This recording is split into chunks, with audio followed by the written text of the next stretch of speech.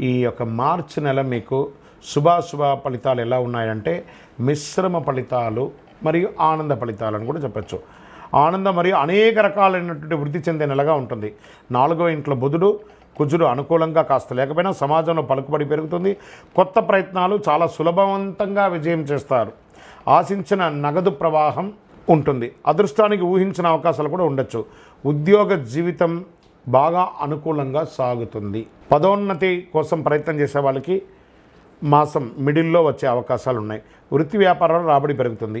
పరిశ్రమలు వ్యాపారాలు ఆశించిన దానికంటే ఒక మెట్టు పైనే ఉంటారని చెప్పచ్చు.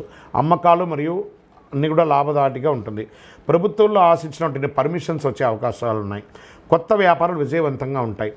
మాస ద్వితీయంలో ఆర్థిక పరిస్థితులు కాస్త మిశ్రమంగా ఉంది. ఏ పని తలపెట్టినా కాస్త ఆలోచించి మొదలుపెట్టండి.